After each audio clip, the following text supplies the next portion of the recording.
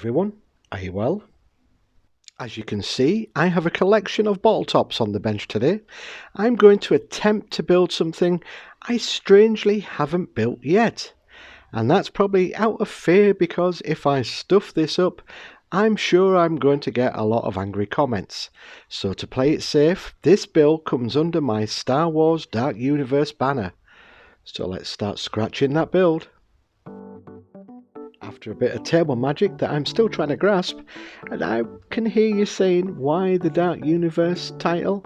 Well, simply because I can make this like a normal Star Wars build, but with my little touches, which means it's going to be dark and dirty and hide all the cracks. Putting the David Blaine magic to one side, first I need to sand these pieces so the glue has a better chance of sticking. Remember to pay extra attention to those edges. There, perfect. I'm covering this hole with a milk bottle cap and caressing it with a little baking soda or baking powder, as we say in certain circles. I want this to look like it's been welded once, twice, 3 times, so it's going to be a little bit grimy and dirty. This pointy cap will complete the engine look before I move on to these. Coffee capsules. Try and use the ones that haven't been used so the capsule doesn't have any puncture marks in them. Because the capsules are unused, it means I have to carefully decant the coffee before sticking each capsule into each other. This will add a little bit more visual effect to the engines, which is going to be totally lost once I drizzle more baking powder over everything. You know, using the powerful combo of super glue and baking powder gives you granny fingers, so always sand yourself down. Nice and smooth. Okay, let's look in this bag of pure junk. So I'm gonna probably use, let me see, I'll use some sprues because I want to.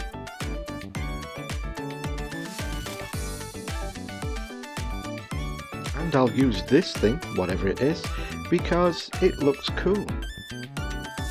I'll cut bits and pieces from these sprues just to add to the engines. I'll use this plastic cog to cunningly disguise the coffee pod before I venture outside and cut down some of the clothesline for piping on the engines. I did tell you I was building rocket engines, right? Right?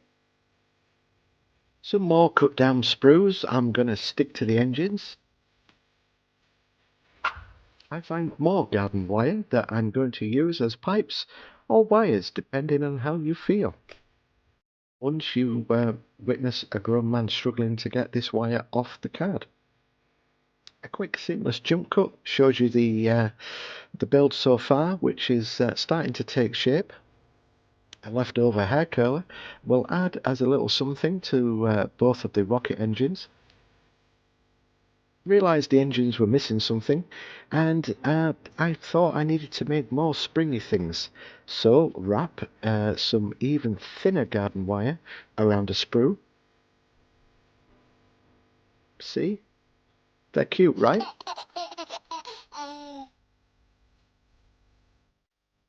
I'll stick them onto the rocket engines to give it a mad scientist look before we jump cut to the engine with more bits and pieces stuck to it.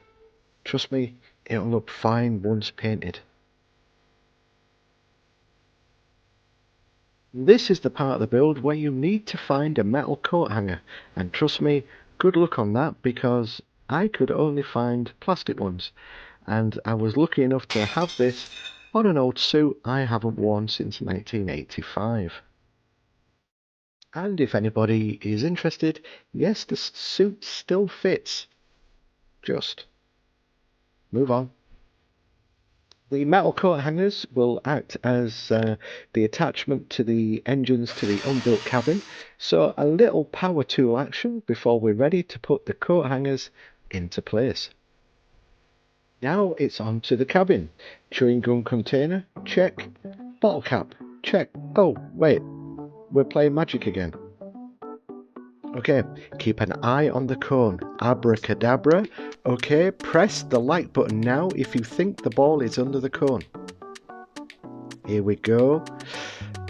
Here we go. Press that like button now.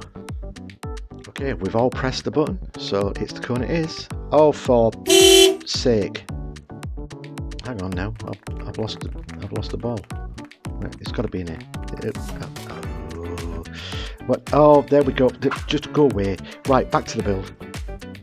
To disguise the gum container, I'll use the bottle lid, but not before I cut off the gum lid. I'll use the egg to finish off the cabin like this. And if anybody understood that, you're a better person than me.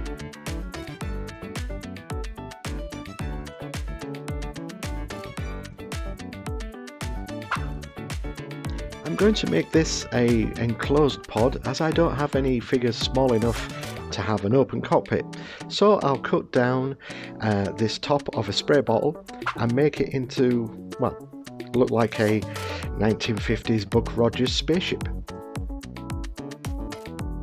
Because I don't have any milliput to cover the gaps, I'm just going to use these side panels from a model kit and put a juice lid on the back to add a little bit more texture, seasoned to taste really. Then I go all in and just kept adding more bits and pieces before calling it done, so it looked a bit like the rocket ships, and it was time to start attaching things together. And I called the engines rocket ships just to see if people were paying attention. Then came the time to attach everything together, so a little bit more power tool action. And there we have the Michael Bay panning shot of the finished pod racer, well, minus the paint, which, strangely enough, is the next thing that happens. I'm just going to use a rattle can of black, and here it is.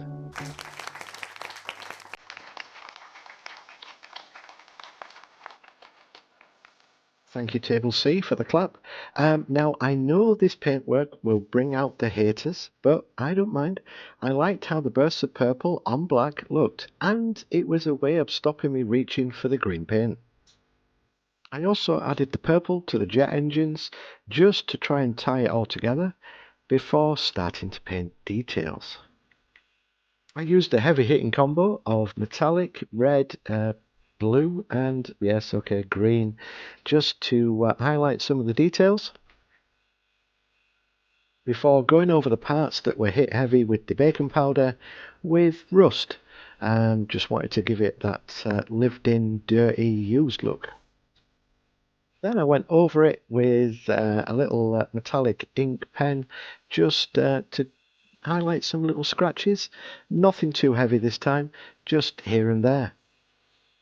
I added some transfers that sadly got lost on the purple, so I tried to rough these up, unsuccessfully, before roughing up the paintwork with my tweezers. Hey, if it works, right? Then it was time for the actual bit that I'd been waiting for. This is going to be the electricity thingy bob that's going to tie the two engines together. So I used a part that lights up from my junk bots and glued either side to the jet engines. Once that was done, I put everything back together and broke out the weathering powders. This was to hide all my bad paintwork. While the weathering was being done, my other pair of idle hands was making a quick little base for the pod racer to sit on. And there it sat, ready for its glamour shots. So thanks for watching, I appreciate you stopping by, and until next time, keep scratching that build, everybody.